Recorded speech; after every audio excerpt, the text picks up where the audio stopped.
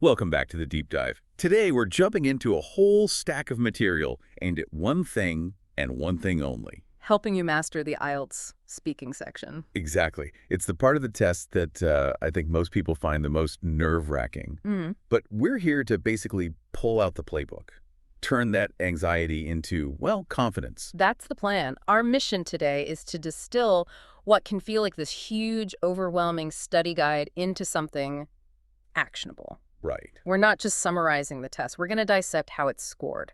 Because success in that, 11 to 14-minute conversation, it's not about being perfect. It's about strategy. It's about understanding the 3 different parts of the test and, knowing exactly what they're looking for with the 4 scoring criteria. I really like that focus on structure. Because if you know what they're testing, you can stop worrying about just, speaking English in general and focus on those specific skills. And that's what examiners are trained to do. They're assessing your ability to communicate naturally across different kinds of conversation, from small talk to a much more abstract discussions. Okay, let's unpack this. Starting with the structure, what's the map for this test? It's basically 3-act play.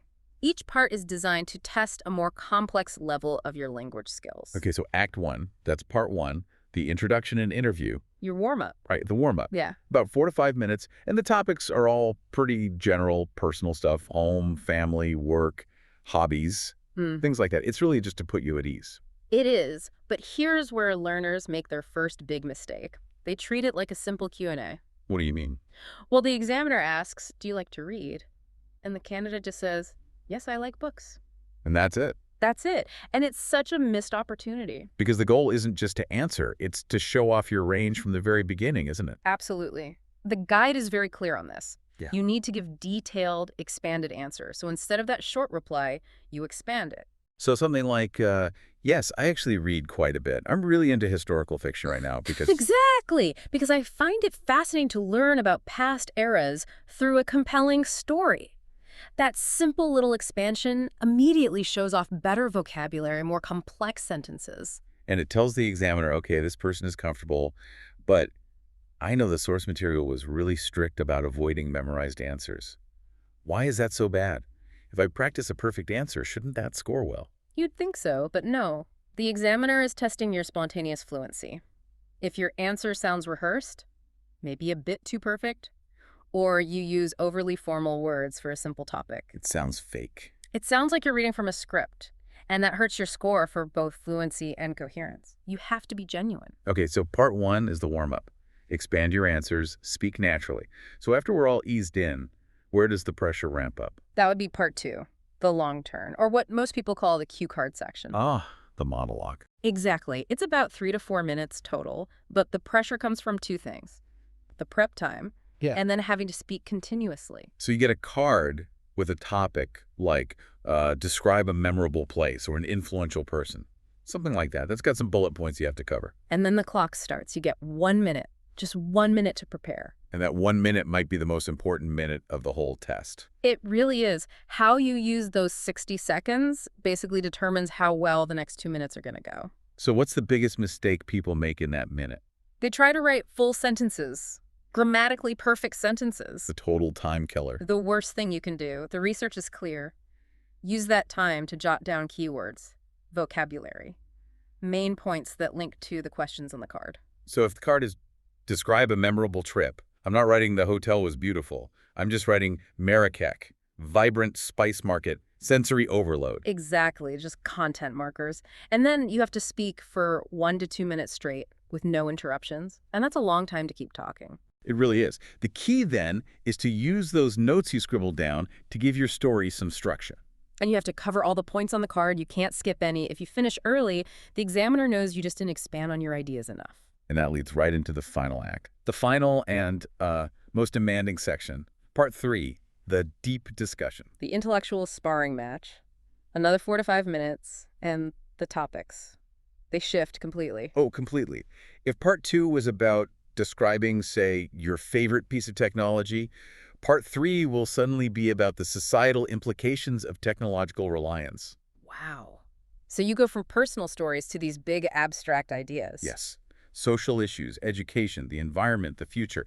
Very high-level concepts. So is the examiner looking for the right opinion here? Or is it just about your ability to argue a point? It's 100% about your ability to express complex ideas. They don't care about your viewpoint. They care about the linguistic sophistication you use to defend it. So part 3 is where you really need to show off your grammatical range. You have to. You need to give deep, detailed responses.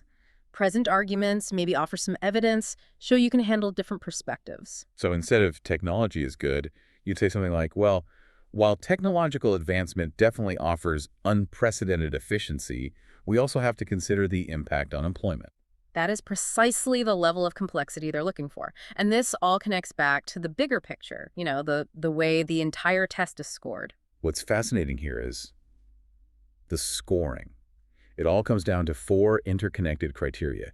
These are the 4 pillars that decide your final score. And if you understand them, you know exactly what to practice. Let's start with the big one, fluency and coherence. Right. So fluency is about speaking smoothly. Not too many hesitations, not repeating yourself, just flow. Coherence is about how your ideas connect. Are they logical, easy to follow? And the research gave a really practical tip for boosting coherence. Use cohesive devices, linking words. Yes, words that guide the listener. Think of phrases like however, therefore, in addition, or consequently. So you're not just listing ideas, you're building an argument. Exactly. You're showing the relationship between your ideas. It immediately makes you sound more structured and, well, coherent. Okay. Pillar 2, lexical resource. In other words, vocabulary. But it's more than just knowing a lot of words. It's about using them appropriately and precisely. The guide really hammers home the importance of synonyms, antonyms, and especially correct collocations. I think we need to spend a moment on collocations, because this feels like one of those things that really separates a native-sounding speaker from someone who's just, good at vocabulary lists. It really is. A collocation is just a group of words that naturally go together. If you get them wrong, you immediately sound a bit off. Even if the words are technically correct. Right. The classic example in the guide is make a decision, not do a decision. Or we say heavy rain, not strong rain. Mastering these little pairings gives your score a huge boost. What about idioms and phrasal verbs? Should people be trying to cram those in? Only if they fit naturally. A well-used idiom is a great sign of high-level ability. But if you try to force one in where it doesn't belong, it just sounds awkward and can hurt your fluency. Makes sense.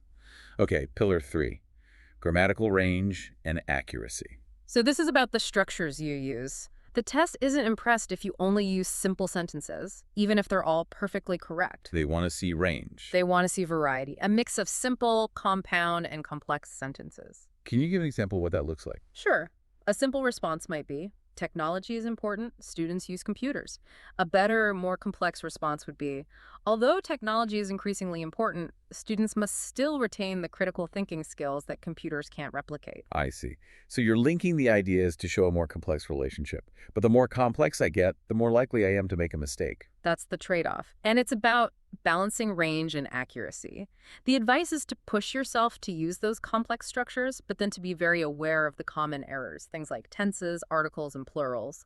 And the final pillar, number 4, is pronunciation. Which is not just about having a perfect accent, it's about being understood clearly. So what's the key focus here? Well, individual sounds are important, but the guides really prioritize correct word stress and intonation, the rhythm of your speech. For example, is it present or present? One's a noun, one's a verb. Wrong stress can totally change the meaning. And that's why the tip isn't just to listen to English speakers, but to actually record yourself. Yes. Recording yourself lets you become the examiner. You can hear those awkward pauses, the wrong word stress, things you just don't notice when you're speaking. It's essential for improving. Here's where it gets really interesting. Let's talk about the pitfalls, the traps that even well-prepared learners fall into. We already mentioned the memorized answers, which just kill spontaneity. The other huge one is irrelevance. Meaning you don't actually answer the question you were asked. Exactly. You have to listen so carefully, especially in part 3. If the examiner asks about the environmental impact and government regulation of tourism, you have to address both parts. If you just talk about your last vacation, your score plummets. It's really a test of active listening. And the third, big mistake. Limited vocabulary. Just repeating the same basic words over and over. Nice, big, important. It signals you haven't done the work to build your lexical resource. So how do we put all this knowledge into practice? The guide is very clear. You have to simulate the real test, do full timed speaking tests on a regular basis. Get used to that 1-minute prep time, the 2-minute monologue, all of it. All of it in a quiet room, under pressure. And then, and this is the part people skip, you have to review. The review. Don't just practice and forget it. Listen to your recording. Compare it to model answers. Understand why you made a particular mistake. Was it a tense issue? A wrong collocation? Without that review, you're just reinforcing bad habits. And then there's just the simple logistics for the day itself. Right. Get a good night's sleep. Your brain needs to be sharp. Prepare your ID, some water, arrive on time. And on the day. Stay calm. Listen carefully, and above all, just try to speak naturally. The examiner is a person. They're looking for real communication, not a robot. So what does this all mean? When you boil it down, success in the IELTS speaking test is a really structured process. It is. You have to master the three parts: the interview, the monologue, the discussion. And you have to do that while demonstrating the 4 key skills: fluency, vocabulary, grammar, and pronunciation. And knowing that structure is the real shortcut here, it helps you avoid feeling overwhelmed and just focus on what actually moves your score up. Exactly. It's that attention to detail, like knowing which words go together, that moves you from a good score to a great one. That attention to collocations really feels like the core takeaway. The source really stressed that improving vocabulary means learning these natural word pairings, like make a decision. So for you listening right now, here's a final thought. If you had to describe your own learning journey with just one specific collocation, what would it be? Are you making progress? Are you facing a challenge? Or maybe you're finally gaining traction on a difficult skill. Pick a phrase that fits and try to use it in a sentence today. That's how you put this into practice immediately. Until next time, keep diving deep.